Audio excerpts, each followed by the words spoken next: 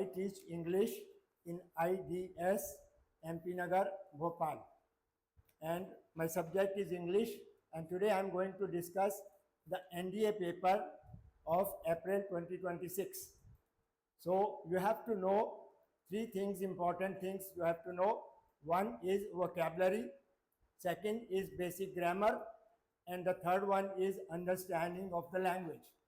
If you know these things, these three things nicely, you can attempt the question paper and do nicely. So I'm going to discuss the paper now. This is set D. According to set D, these questions are there. So I'm going to discuss. The first question is, given below are some idioms or phrases followed by 4 alternatives to each. Select the most appropriate alternative which gives the correct meaning of the idiom or phrase and mark your response on the answer sheet. So first idiom is or phrase is nuts and bolts. Nuts and bolts का मतलब होता है essential details. किसी भी चीज के बारे में जो जरूरी डिटेल्स हमको बतानी है उसको बोलते हैं nuts and bolts. So here the answer is B.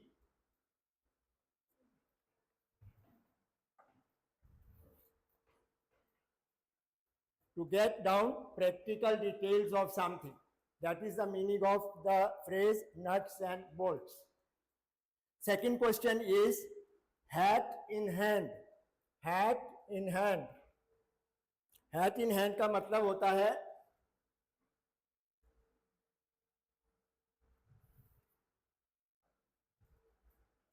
hat in hand. It means approach someone in a humble और respectful manner. Hat in hand. आपको पता है अंग्रेज लोग जब किसी को रिस्पेक्ट देना चाहते हैं तो वो अपना हैट निकाल के हाथ में देते रखते हैं और सिर झुकाते हैं. वहां से ये फ्रेज बना hat in hand. That means it's meaning is with humility. With humility, इज्जत के साथ. सो the answer is a, with humility. Third phrase is straight from the horse's mouth. Straight from the horse's mouth. That means the information from the highest authority. जो हमारी highest authority है वहां से जो जानकारी हमको मिली है उसको बोलते हैं straight from the horse's mouth. तो यहां पर इसका आंसर है C. Information from reliable and authoritative sources और source. तो यहां पर इसका आंसर थर्ड क्वेश्चन का आंसर मिलेगा आपको सी.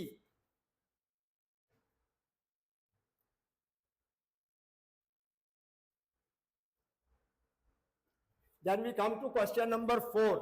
Question number 4, the phrase given is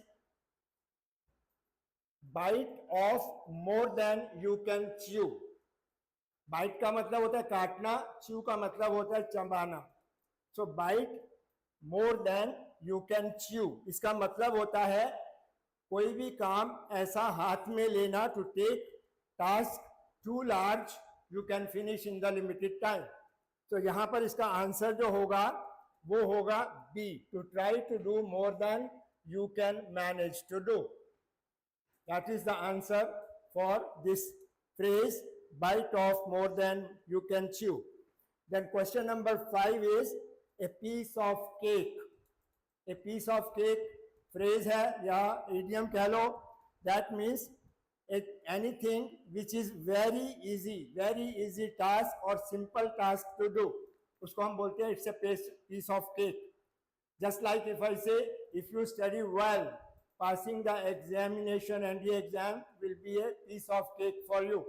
So the piece of cake का मतलब होता है something very easy to accomplish. So the answer here will be D. A piece of cake, very simple thing to do. This is the first part of the question. Now we come back to question number 6.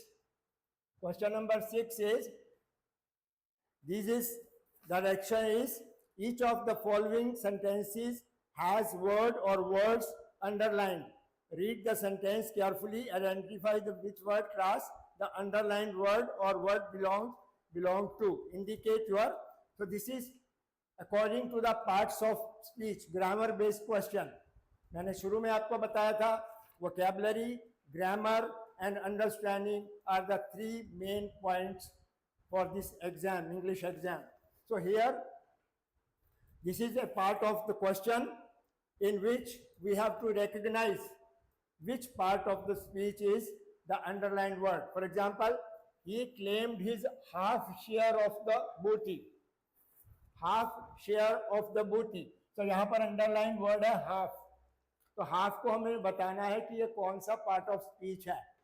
Is it an adverb or is it an adjective or is it noun or is it determiner?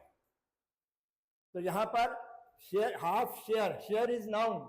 So half share का मतलब यहाँ पर half जो होगा ये adjective हो जाएगा, because it is qualifying the noun half share. Next question is, swimming is a healthy exercise. Now swimming is actually ing form of the verb gerund, but when any gerund is used as the subject of the sentence, then it becomes a noun. तो यहाँ पर इसका answer जो होगा ये gerund है but used as noun. तो यहाँ पर इसका answer gerund, ing form of the verb, when used as the subject as noun, then it is called gerund, ing form. So the answer here is gerund. Then we come to question number 8. I have told you now and again. The underlined word is now and again, that you must not read such trash. So now and again is qualifying which word? That is now and again. This is qualifying the verb I have told you. Told जो है verb है. तो जो भी phrase या जो भी word verb को qualify करता है, that becomes an adverb. So here now and again is an adverb. You have to mark the word adverb. Next is, he succeeded by dint of perseverance and sheer hard work. वो कैसे succeed हुआ, कैसे कामयाब हुआ? Succeed is verb. कैसे कामयाब हुआ? By dint of perseverance. So by dint of किसको qualify कर रहा है? Succeed को, क्रिया को. तो जो क्रिया को qualify करते हैं वो कौन से word होते हैं? वो adverb होते हैं. So here I have told you by dint किसको qualify कर रहा है? Succeeded by dint of, ये preposition है, यहाँ पर ये preposition का काम कर रही है by dint of, क्योंकि ये दो words को join नहीं कर रही. By dint of, it is because of, so it is working as prepositional phrase. Because it is two words, so we call it as phrase. This is question now number 9. By dint of is a preposition showing the place, joining the words. उसके बाद next sentence है, I need you to return those books. ये 5 words होते हैं, this, that, these, those और such. इनको बोलते हैं demonstrative pronouns और demonstrative adjectives. अगर ये किसी भी noun के आगे लग जाते हैं तो ये adjective का काम करते हैं, but actually they are determiners. Here the choices given are modal है, determiner है, noun है या adjective है. तो यहाँ पर ये determiner का काम कर रहे हैं. That means they are telling us about the noun, determiners. और आर्टिकल्स ए, एन और द भी डिटरमाइनर्स का काम करते हैं, उनको भी डिटरमाइनर्स बोला जाता है. So this is second part of the question paper. Now we come to the third part.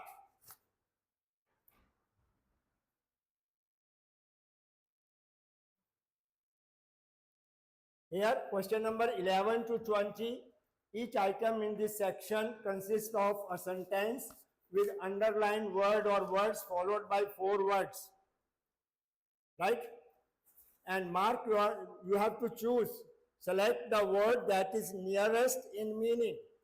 Nearest in meaning का मतलब होता है synonym निकालना है हमको. We have to tell the synonym of this word. The first word is the Jataka texts present moral narratives in the form of allegories. तो यहाँ पर ये जो वर्ड है Jataka tells, इसका मतलब होता है पैराबोलिक, घुमावदार. So that is parabolic. यहाँ पर इसका पैराबल्स का मतलब पैराबोलिक फ्रेमवर्क में. तो यहाँ पर इसका आंसर होगा parabolic.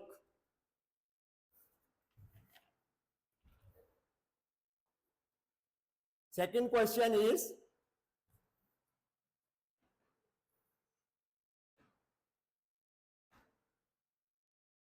he was upbraided for appearing in court in a state of inebriation.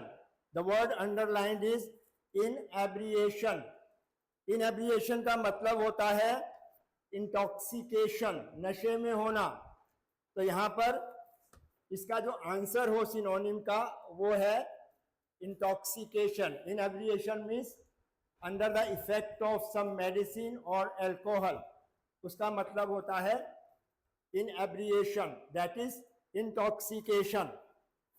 Next is the obstreperous behavior of the students inside the classroom drew the attention of the principal. Obstreperous behavior, obstreperous का मतलब होता है stubborn होना, अपनी बात पर अड़े रहना, उसको बोलते हैं obstreperous behavior of the students. तो यहाँ पर इसका आंसर होगा disorderly. Disorderly का मतलब भी होता है जो मानता नहीं है किसी की बात, उसको disorderly person कहते हैं.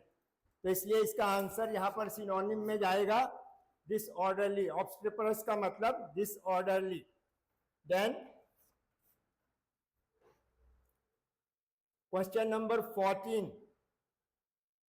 Question number 14 are, these were based primarily in Himachal Pradesh, where the treks were as grueling as terrain. Grueling को अंडरलाइन किया गया है. इसका सिनोनिम हमको बताना है. grueling का मतलब होता है very tiring, थका देने वाला. तो यहाँ पर grueling as the terrain. तो इसका आंसर है rigorous का मतलब भी जिस ऐसा काम जिससे हमें थकावट हो जाती है, टायरिंग हो जाती है, टायर्डनेस हो जाती है. So here the answer is rigorous. That question number 15. I think they would wish for some more adornment around the school campus for the special function. The underlined word is adornment. Adornment का synonym क्या होगा? Adornment का meaning क्या होता है? Adornment का मतलब होता है decorative, सजाया हुआ. किसी चीज को जब हम सजा देते हैं तो उसको हम बोलते हैं adornment, सजावट. तो यहाँ पर इसका आंसर है बी, डेकोरेशन, डेकोरेटिव. डेकोरेशन को भी मतलब सजाना होता है. So the synonym of adornment is decoration. It's a noun form of the verb. Then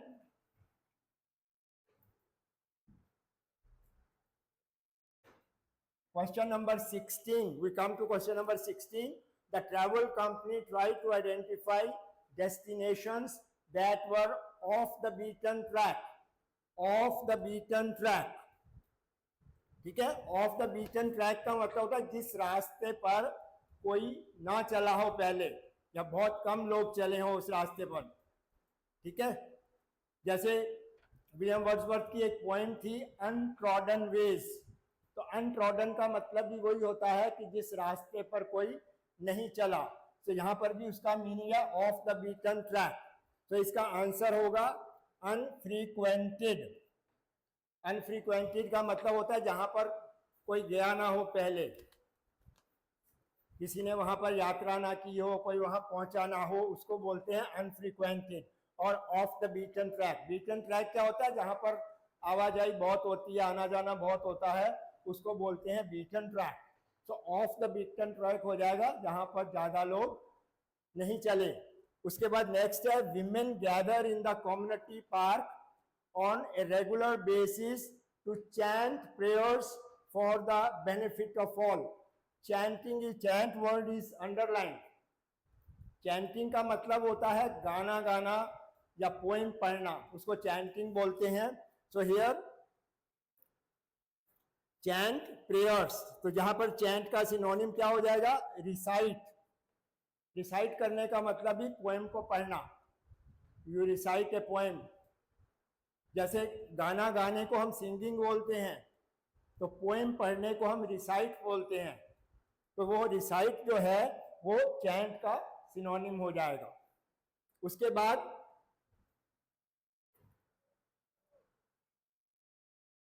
next is the HR manager was able to utilize the specific skills of each member of the team assembled for the project। यहाँ पर utilise करने का मतलब होता है use करना, प्रयोग करना। तो इसका आंसर हो जाएगा हार्नेस करना, यहाँ पर पैदा करना या हार्नेस करना। Harness is the word which means control the energy, to control our energy or to harness the thing, to utilize the thing। तो इसका सिनोनिम होगा harness। Next is the oppressive pollution was noticed to have abated। Abated is the word underlined after the unseasonal rainfall। तो abatement का मतलब, abated का मतलब होता है कम कर देना। जैसे सर में दर्द है, गोली खा लेते हैं, तो इट अबेट्स आवर पेन। तो पेन को कम करना, उसको अबेट करना बोलते हैं। तो यहाँ पर इसका जो सिनोनिम वर्ड होगा वो होगा मिटिगेट करना। Mitigated is synonym of the word abetted. Mitigate करने का मतलब भी टू मेक लेस, कम करना। उसके बाद question number 20। Often the context and structure of an ambiguous statement is difficult to discern, difficult to understand। तो कौन सी है ambiguous? What is the meaning of ambiguous? Ambiguous का मतलब होता है which is not clear, जिसका कोई मतलब ना निकलता हो, जिसकी स्टेटमेंट हो, कोई वर्ड हो, it's an ambiguous statement। We can't understand what is written, that is ambiguous thing, ambiguous statement। तो यहां ambiguous का जो है वो है cryptic। cryptic जिसका मतलब होता है which cannot be understood or which is not clear to understand, उसको बोलते हैं ambiguous या cryptic। Okay, now we move on to the next type of questions, that is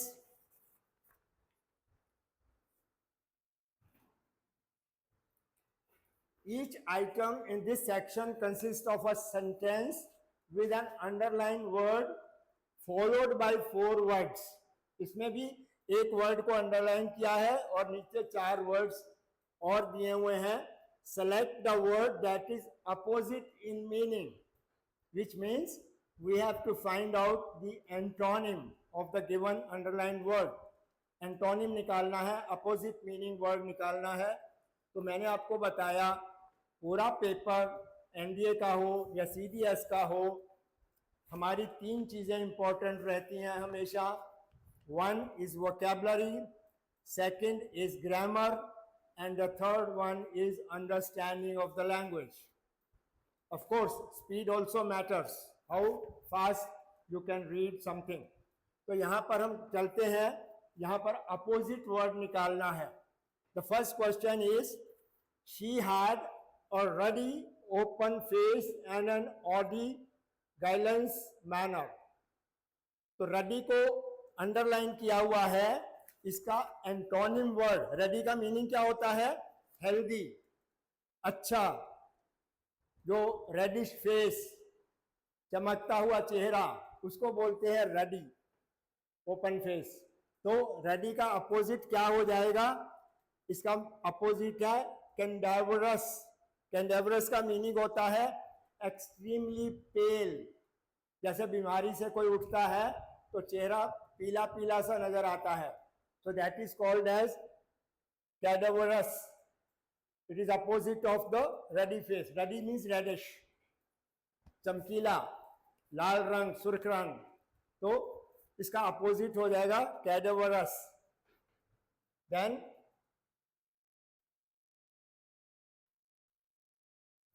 question number 22. He used to be known among his colleagues for his righteousness. It's a very simple word, righteousness. That means which is right, which is correct. इसका opposite क्या word होगा righteousness का? इसका opposite word है iniquity. Iniquity का मतलब क्या होता है? Wrong, which is not right, उसको इनक्विटी बोलते हैं। Iniquity, not right, not correct. So this becomes the opposite or antonym of the word righteousness.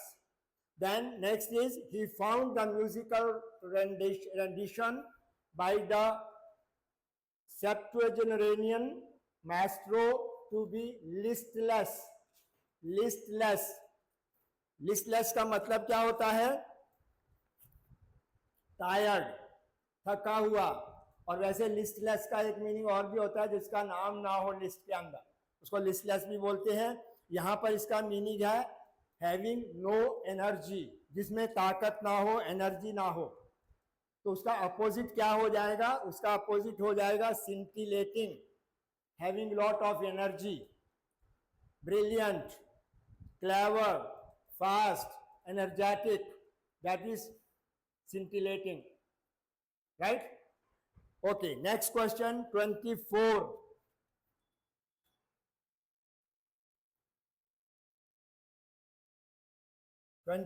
Is the official accused of espionage was found to be disingenuous.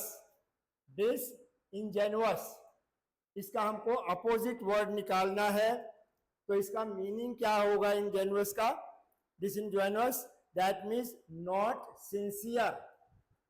Anyone who is not very sincere towards his work, जो अपने काम के प्रति, अपनी duties के प्रति sincere ना हो, उसको बोलते हैं डिसइंजेनुअस। तो यहाँ इसका अपोजिट वर्ड जो होगा वो है ए, स्क्रैपुलस। स्क्रैपुलस, स्क्रैपुलस का मतलब होता है केयरफुल, ध्यान से काम करने वाला, paying great attention towards the work, towards his duty. So answer A is opposite of disingenuous. The next question is, the young are easily excitable when presented with strong emotional triggers. तो यहां पर underline word क्या है? Excitable. तो excitable का मतलब होता है एक्साइट हो जाना, जोश में आ जाना। तो इसका अपोजिट वर्ड जो इन चारों चॉइसेस में होगा वो होगा कंपोज्ड। कंपोज्ड का मीनिंग होता है काम, शांत, चुपचाप रहने वाला। तो एक्साइटेड का मतलब एकदम से जोश में आ जाने वाला। So it becomes antonym of the given word excitable. Okay, now we move on to the next word, 26. Our professor was perplexed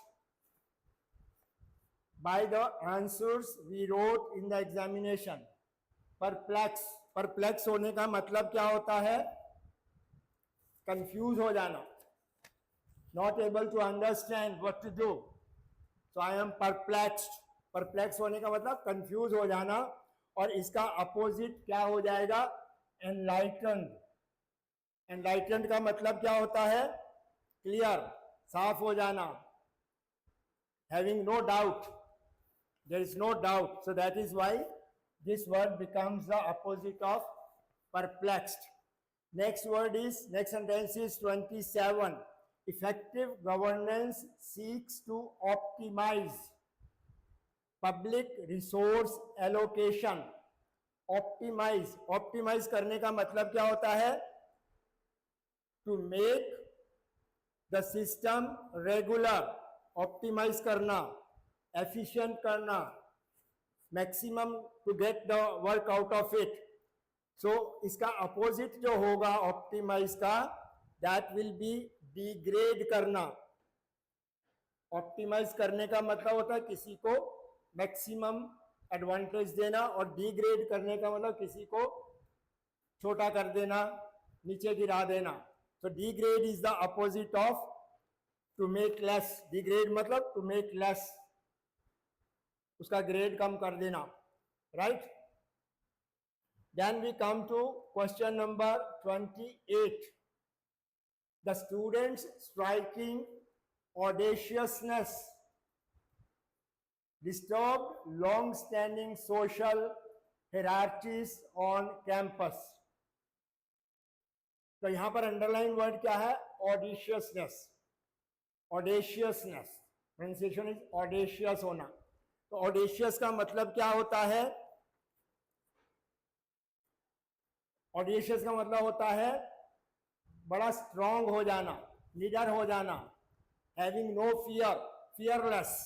audacious का मतलब फियरलेस, नो फियर, नो डर. तो इसका अपोजिट जो होगा वो होगा टिमिडनेस. टिमिड का होता है बेचारा, सीधा साधा, सिंपल. और ऑडिशियस का मतलब होता है स्ट्रांग, निडर. तो यहां पर timidness is the opposite of the word audaciousness. The next sentence is there are 4 concurrent handloom fairs around the city. concurrent, the word underline is concurrent. concurrent का मतलब क्या होता है? कॉन्करेंट का मतलब ऐसी दो चीजें, ऐसी दो व्यक्ति, ऐसे दो पोजीशंस जो एक साथ एक ही समय पर हुई हो, उनको बोलते हैं कॉन्करेंट. द कॉन्करेंट हैंडलूम, एक ही समय पर concurrent handloom fairs around the city. 4 जगह पर, 5 जगह पर हैंडलूम फेयर्स चल रहे थे एट द सेम टाइम.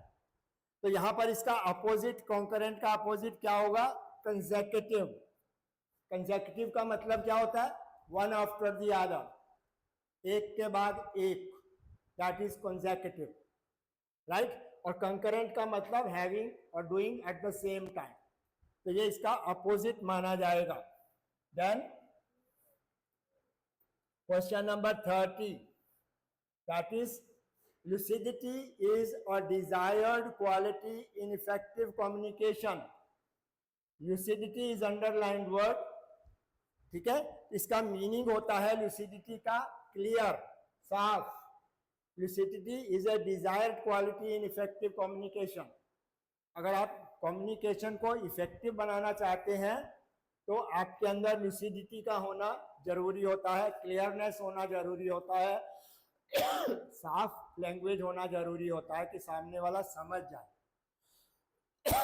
तो ल्यूसिडिटी का यहां पर अपोजिट जो होगा वो होगा एम्बिग्विटी. एम्बिग्विटी का मतलब होता है विच इज नॉट क्लियर, जिसमें समझ ना आए कि क्या बोल रहा है. एम्बिगुअस आंसर होते हैं ना, so that is ambiguity. So this is the answer for these words, synonyms. Then we move on to the next part.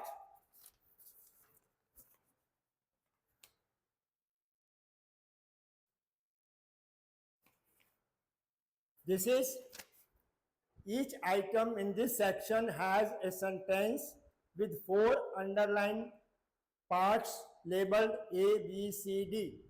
We have to find out in which part of the sentence A or B or C or D there is some error. This is also a question based on grammar. तो हमें error बताना है कि error ए में है, error B में है, error सी में है या एरर डी पार्ट में है. ठीक है. The first question is the project staff are working on the weekend so as not to delay the project any further. तो यहाँ पर एरर क्या है? यहाँ पर एरर है ये ऑन की. वीकेंड पे ऑन प्रेपोजिशन यूज नहीं होता. वीकेंड पे प्रेपोजिशन जो वीकेंड के साथ यूज होता है वो एट द वीकेंड. तो यहां पर प्रेपोजिशन एट होना चाहिए था. So the answer here is B. B में गलती है. The next question is when I saw Arnab, he said he had taken his driving test yesterday. तो yesterday की बात हो रही है, past indefinite की बात हो रही है. तो past indefinite में past perfect tense यूज नहीं होता है. तो यहाँ पर had taken की बजाय यहाँ पर क्या होना चाहिए? he took. तो आंसर सी हो जाएगा. When I saw Arnab, he said he took his driving license yesterday. कल उसने अपना ड्राइविंग लाइसेंस बना लिया था. तो जब हम कल की बात करते हैं, परसों की बात करते हैं, लास्ट वीक की बात करते हैं, तो वहां पर हम पास्ट इंडेफिनिट टेंस यूज करते हैं, पर पास्ट परफेक्ट टेंस यूज होता है जब पास्ट का भी पास्ट की बात हो रही होती है. Then we use this tense. Okay, then we move on to question number 33. Of all the players, it was Ramesh who planned his tactics with utmost care. ठीक है. तो यहां पर क्योंकि of all the player it was Ramesh, the tense is a past tense sentence. तो past tense के साथ हमारे जो भी क्रिया यूज होती हैं वो past tense की क्रिया होनी चाहिए.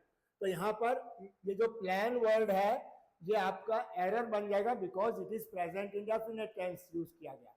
तो यहां पर आंसर जो है वो सी मार्क हो जाएगा. Who planned his tactics. यहां पर प्लान की जगह प्लान्ड होना चाहिए. तो ये इसका आंसर फिर बन जाएगा. Of all the players it was Ramesh who planned his tactics with utmost. Utmost का मतलब होता है very carefully, with maximum care. Then question number 34. Many people in India are still not aware of India's indigenous fabrics that reflects the rich heritage of craftsmanship. So in this sentence, the answer marked will be D. Why? D क्यों होगा? क्योंकि ये दिया many people in India are still not aware of India's indigenous fabrics. Fabrics का मतलब होता है कपड़े, प्लूरल है. तो यहां पर that reflects the rich heritage of. तो प्लूरल के साथ फिर प्रेजेंट इंडेफिनिट में वर्ब का फर्स्ट फॉर्म आता है. यहाँ रिफ्लेक्ट्स नहीं होगा, यहाँ रिफ्लेक्ट होगा. That reflect the rich heritage of craftsmanship. So this is a grammar based question. मैंने शुरू में ही बता दिया था 3 चीजें आपको स्ट्रॉन्ग करनी होती हैं अपनी. One is vocabulary, word power, second is grammar, and third one is understanding. Okay, then question number 35. We move on to question number 35. Meaningful ecological effects of the handloom sector can be optimized through recycling practices. यहां पर क्या है? ये जो affects है ये क्रिया के रूप में यूज किया गया है. तो यहां पर अफेक्ट जब किसी चीज के ऊपर होता है तो उसके साथ कोई प्रेपोजिशन नहीं जाती है, तो ये ऑफ नहीं होना चाहिए. यह है meaningful ecological effects the affects the handloom. ये वर्ब है, क्रिया यूज किया गया है. अगर EFFECT होता, ई से होता तो वो नाउन बन जाता इफेक्ट. ये अफेक्ट क्रिया शब्द है, इसके साथ ऑफ का यूज नहीं आएगा, तो इसलिए ये आंसर बी हो जाएगा. So this is how grammar question can be asked also. Grammar की नॉलेज होगी आपको, नाउन की, प्रोनाउन की, एडजेक्टिव्स की, वर्ब की, टेंसेस की, then only you will be able to solve these questions. Now we move on to the next part of the paper, that is read the following pairs. ये active voice है और ये passive voice है। ये दो part दिए हुए हैं, एक सेंटेंस ये है, एक सेंटेंस ये है, इसका पैसिव वॉइस ये है, इस सेंटेंस का पैसिव वॉइस ये है। आइडेंटिफाई द पेयर और pairs within wherein the passive voice is correctly stated and mark your response. तो यहां पर कौन सा आंसर करेक्ट है? They laughed at his warnings and objected to all his proposal. तो यहां पर पैसिव वॉइस में क्या हो जाएगा? His warnings were laughed at and his proposals were objected to. So this one is the correct passive voice of this sentence. But when we talk about the second sentence, it says do not insult the weak. कमजोरों की insult मत करिए। तो यहां पर क्या है? You are advised to not insult. यहां पर क्या होना चाहिए था? Not to insult the weak. Not पहले आना चाहिए था। That means this passive voice for this sentence is incorrect. Here the answer will be one only. Only the first one is right. दूसरा है only two. Two right नहीं है. Both one and two. यहाँ भी two right नहीं है. Neither one nor two. ना A ठीक है ना पहले हमारा एक आंसर ठीक है. So our answer will be one only. This is the right passive voice of this sentence, but this one is not the right passive voice of this sentence. तो ये हमें ये सब ये ग्रामर का ही भाग है. This is also grammar based question. ठीक है. तो उसके बाद नेक्स्ट क्वेश्चन पर चलते हैं. इसमें भी दिया हुआ है रीड द फॉलोइंग पेयर्स. ये डायरेक्ट और इनडायरेक्ट नरेशन का क्वेश्चन है. This question is from direct narration to indirect narration question. एक होता है डायरेक्ट नरेशन में वो इन्वर्टेड कॉमा वाला, और एक होता है बिना इन्वर्टेड कॉमा के वो क्वेश्चन है. तो यहां पर the policeman said to us where are you going. इसका इनडायरेक्ट नरेशन में होगा the policeman asked where were we going.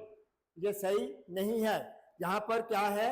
क्योंकि यहां पर इनडायरेक्ट नरेशन में क्या होता है? द पोलिसमैन आस्क्ड वेयर, ठीक है, वेयर वी वर गोइंग. ये हेल्पिंग वर्ब है, ये सब्जेक्ट के बाद आ जाना चाहिए.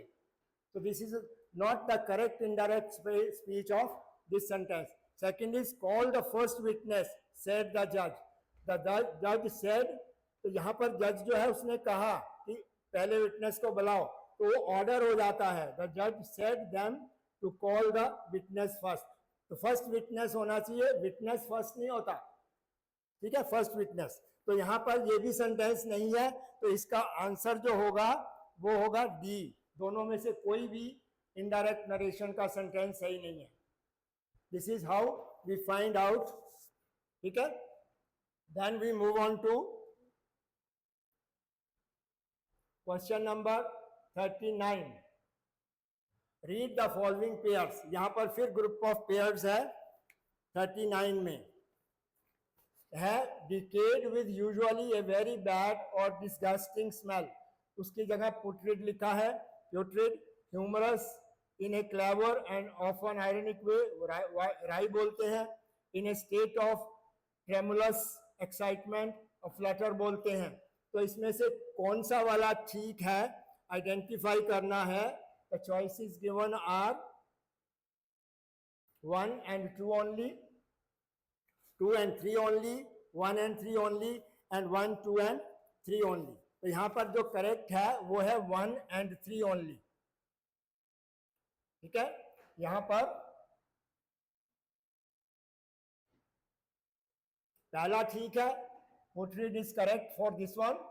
और 3 जो है ये है flatter is correct for this one. But wry is not. Rai is a different word. So that means our answer here will be identify the pairs. यहां पर आंसर जो हमारा होगा तीनों ठीक है. That means our answer is D, not C, but here our answer is D. 1, 2 and 3, all the 3 words, the meanings given are the right ones, correct ones. उसके बाद क्वेश्चन नंबर 40 पे चलते हैं. Fill in the blanks, X और Y. यहां पर क्या word आएगा, यहां पर क्या वर्ड आएगा, I spent dash money on clothes, less money और the least money on clothes in the whole family. ठीक है, तो यहां पर आंसर जो होगा लीस्ट होगा, क्योंकि इन द होल फैमिली है। When we choose one out of a group we use superlative degree. ये सुपरलेटिव डिग्री है लिटल की, लिटल लेस लीस्ट, तो यहां पर लीस्ट आंसर करेक्ट होगा। यहां पर क्या है, the people who work in the hardest make dash a few और फ्यूएस्ट और द फ्यूएस्ट मिस्टेक्स। तो यहां पर आंसर क्या है, फ्यू का जो superlative, the people who work the hardest make, जो सबसे ज्यादा मेहनत करते हैं। जब एक वर्ड जो है वो सुपरलेटिव डिग्री में होता है तो दूसरा भी सुपरलेटिव डिग्री में होना चाहिए। The people who work the hardest, superlative degree है हार्ड की, तो वो सबसे कम मिस्टेक्स करते हैं। They make the fewest mistakes.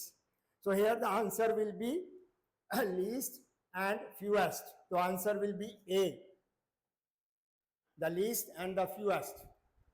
ये भी ग्रामर बेस्ड क्वेश्चन है। तो मैंने शुरू में ही आपको बता दिया था कि 3 पार्ट्स आपको हमेशा करने हैं, एक word power, basic grammar and understanding. उसके बाद क्वेश्चन नंबर 41 पर चलते हैं।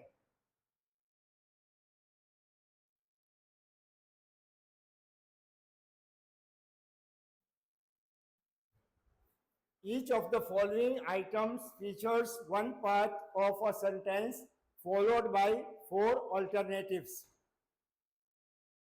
Complete the sentence by choosing the correct alternative and mark your response.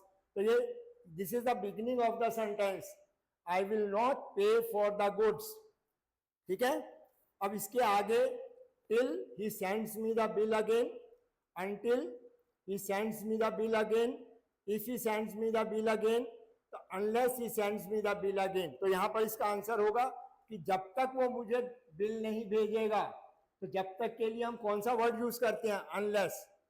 Unless he sends me the bill again, जब तक वो मुझे दोबारा बिल नहीं भेजेगा, आई विल नॉट पे फॉर द गुड्स, मैं उसकी पेमेंट नहीं करूंगा। तो यहां पर आंसर जो होगा वो डी होगा। उसके बाद नेक्स्ट क्वेश्चन है, I did not buy it, मैंने नहीं खरीदा, because I did not like the look of it as for as. ठीक है, एज फॉर एज का मतलब होता है जहां तक हो सके, तो ये इसका आंसर नहीं हो सकता, एनीवे भी नहीं हो सकता। If I did not like the look of it, तो यहां पर क्या है कि मैंने क्यों नहीं खरीदा, कारण बताना है। So the answer will be A, क्योंकि मैंने नहीं खरीदने का कारण बताना है, because I did not like the look of it, मुझे अच्छा ही नहीं लगा देख के कि वो अच्छा है कि नहीं है। Okay, then we move on to the next question 43. I sent her a bouquet of orchids. I sent her a bouquet of orchids.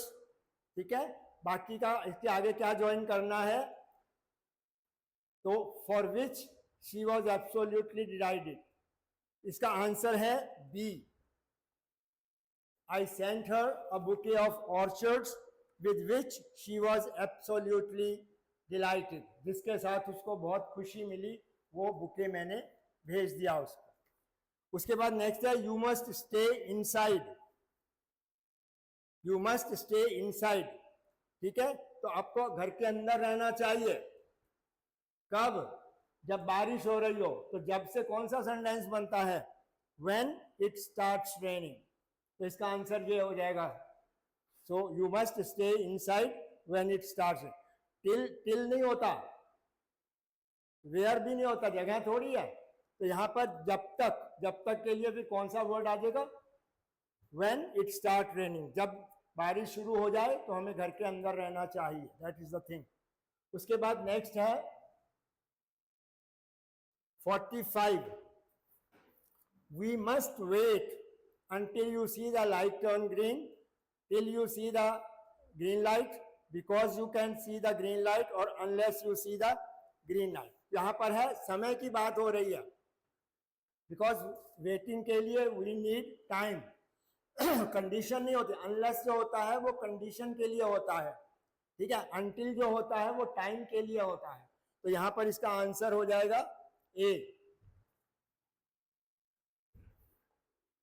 We must wait until you see the light turn green. जब तक तुम्हें green light नजर ना आए हमें इंतजार करना चाहिए. तो वहां पर अनटिल होगा, अनलेस नहीं होगा. अनलेस कंडीशन के लिए होता है, बिकॉज भी कारण बताने के लिए होता है, टिल स्पेसिफिक टाइम के लिए होता है, और जब स्पेसिफिक टाइम नहीं है तो अनटिल होता है. ये प्रेपोजिशन का चैप्टर से क्वेश्चन है, प्रेपोजिशन इसमें पता होनी चाहिए. Okay,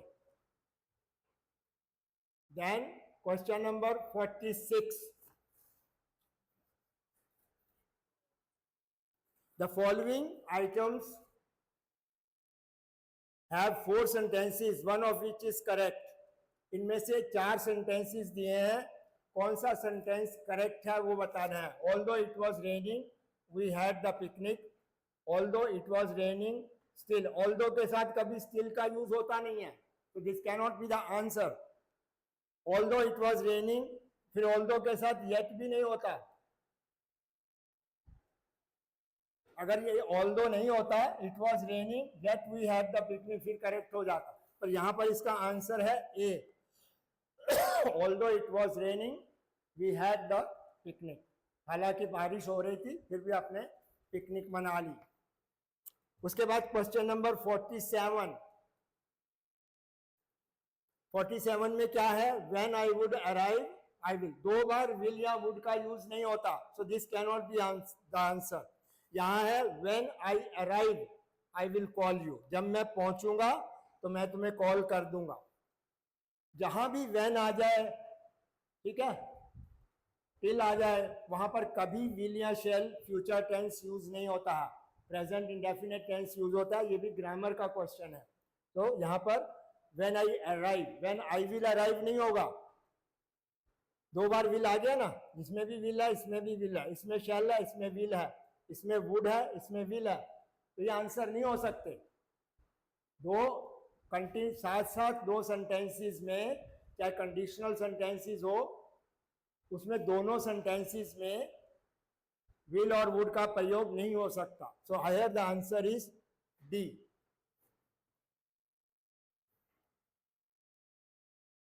then question number 48. Who among you has the answer? Whom among you? Whom is objective case. whom का मतलब है किसको, who का मतलब कौन. Who among you has the answer? तुम में से किसके पास आंसर है. तो यहाँ पर who among you is the answer. ये आंसर सही है, बाकी ये नहीं हो सकता.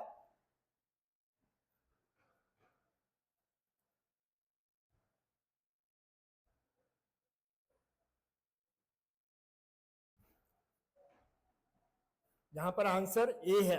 Who among you has the answer. तुम में से किसके पास आंसर है. जैसे हु अमड यू, अमिड नहीं होता, अमिड इज डिफरेंट वर्ड. बहुत सारे लोगों के बीच जब हम बात करते हैं तो अमंग का यूज करते हैं, ठीक है. हु अमंग यू, अमिड का मतलब होता है उसके बीच में, सर्कल के बीच में. Okay, then question number 49. No sooner than he reached the station. No sooner than he reached the station, the train left. यहाँ पर क्या है? No sooner had he reached the station. No sooner is always followed by than. याद रखना. No sooner is always followed by than. तो ये पीछे होना चाहिए था. तो यहाँ पे no sooner had he reached the station than the train left. तो आंसर क्या हो जाएगा? B. No sooner he had reached the station than the train left.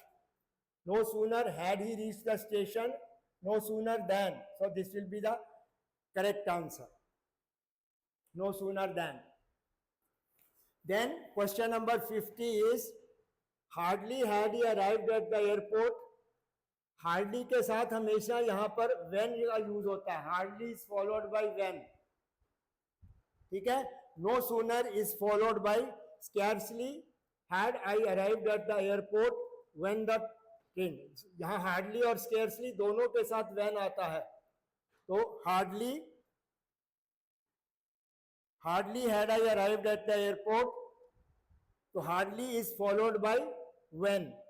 Scarcely is followed by than. Scarcely had I arrived at the airport when the plane departed. तो यहां पर answer क्या हो जाएगा आपका? बी हो जाएगा. Scarcely had I arrived at the airport when the plane departed. मैं अभी पहुंचा भी नहीं था स्टेशन पर, एयरपोर्ट पर, कि प्लेन उड़ गया. So these are the answers for the NDA exam held in April recently last week. So if you see the paper, if I have told you in the beginning also, if you are preparing for NDA or CDS, तीन बातों का ध्यान हमेशा रखना है.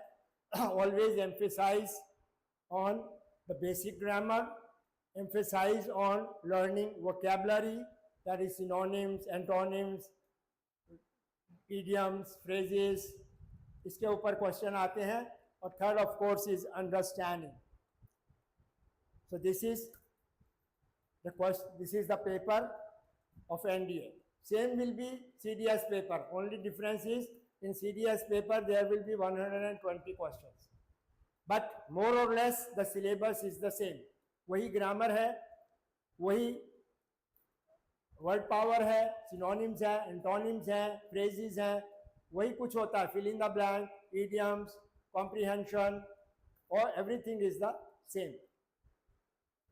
So dear students, I would advise you, if you are preparing for the forthcoming NDA or CDS exam, please start working from now onwards.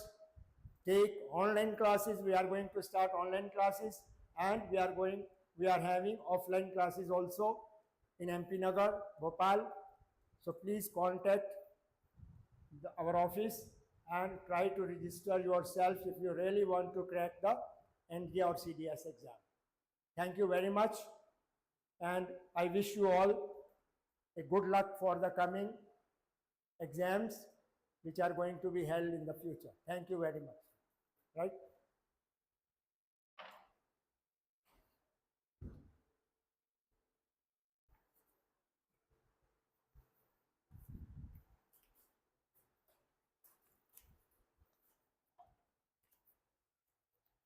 वो उसको बंद कर लेना.